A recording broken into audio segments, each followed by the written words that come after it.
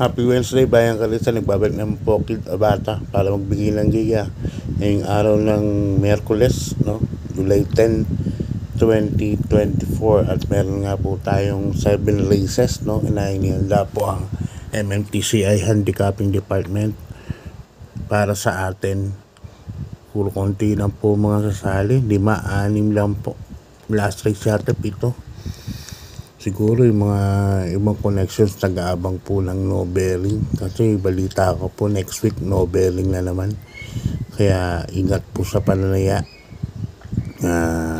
Alam nyo na, pagka no bearing nag-aabangan po sila dahil nga siyempre sa no bearing bago ka umakit ng grupo 2 wins ka muna, no? Dadagdag ka lang ng ilang kilo, 2 kilos, 3 kilos yata idadagdag magnanado.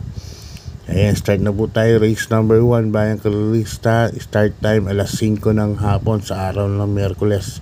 Umpisa rin ng winner take all from races 1 to 7. Ang race 1 natin isang rating base class number 5, 5 points split group.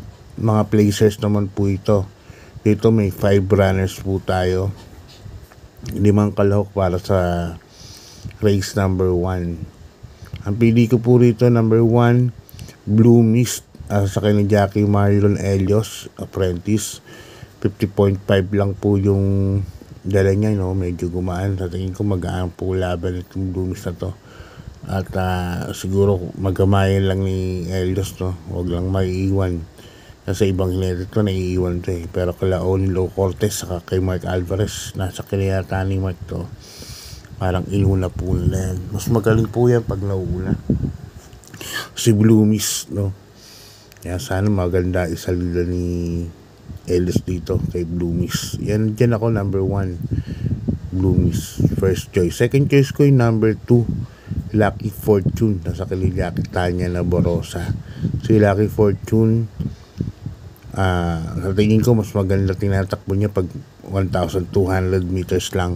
Kaya sa tingin ko ito magandang protection niya, number 2, Lucky Fortune. Kaya sa race number 1, Blue Mist, number 2, Lucky Fortune. Okay, lipat tayo sa race number 2, Bayang Kalista. Isang pick 6 from races 2 to 7. Ang pala distansya nga po pala natin para sa araw ng Sabado ng Miyerkules, puro 1,200 meters lang. Kasi puro less than 8 entries lang po sila. Ang race number 2 natin sa rating base class 5, 11 points to 15 points split group. Yan. Ito may 6 runners po tayo at marami akong nakitang mabilis dito. Number 1, Hang Loose. Number 2, Fortress. Number 3, Sun Moon Lake. Number 4, Glenda's Magic. And number 5, Mustang Sally. Puro di bandera po to. Kaya sa tingin ko medyo maghahagaran po kaagad to. Pero ang pipiliin ko first case dito, number 1, Hang Loose, sa sakyan ng Jackie King Flores.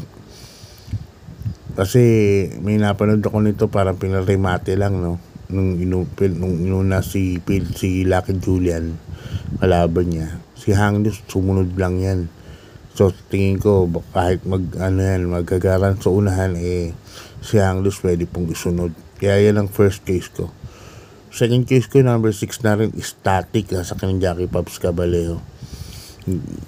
Galing din sa magandang impulsibong panali yan. Nakaraan 3-0 nga lang, no? Okay, lipat tayo sa race number 3, Bayang Kalista. Isang rating base class handicap 5, 6 points to 10 points. Dito may 6 runners po tayo. Umpisa rin po ng peak 5, no? From races 3 to 7. Yan. First case ko rito, number 5, Queensland, sa kay ni Jackie Patty Ramos Dilema. Nakaraan lang may sakay ni Queensland, yung apprentice Jackie, no? Hindi masyadong napatakbo. Si Queensland, kahit tignan nyo sa index ngayon, kung meron na kayo, maganda po kinikilos kay Patty Dilema niyan. Isang beses na segundo yan, tapos bago yun 3-0, malakas na rin po ang laban yan nung tumitimbang yan. Kaya sa tingin ko Diyan ako para sa race number 3, number 5, Queensland as my first choice. Lalagyan ko ng second choice, number 6, Magnum Force sa kini Jack Jeff Pakay-Kay. Nakalaan, disappointing rin yung tinakbo ni Magnum Force. Lalo na ngayon, may clip lang karera, baka mabitin sa distansya. Pero alam naman natin si Magnum Force ang Remate. Maganda ngayon ang numero, kaya malay nyo iba, isa little to, iba itakbo. Kaya para sa race number 3, 5-6 ako, Queensland and Magnum Force. Lipat na po tayo sa race number 4, bayang ka-size ng rating base. Class 5, 11 points, 15 points. Umpisa rin po ng pick 4 from races 4 to 7. Dito po may 6 runners po tayo. First choice ko po rito, number 4, Antonio de la Mugis. Nakaraan, tercero o kwarto po. Tercero lang po yata ito nakaraan. Ang lakas ng dating sa labas, kaya natingin ko kahit maikli lang karera, 1,200 meters lang. Pag ni Tobruk, James Torque, tingin ko nasa lida na maayos o makakapesto na maayos. Malaki po pala rin ka number 4, Antonio de la Mugis.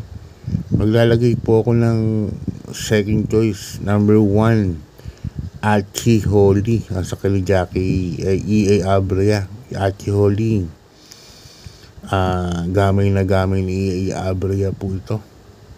Lakas ang tinahan ito si Alindog, kaya tingin ko malaki rin po ang panalo niya, number 1, Archie Holly.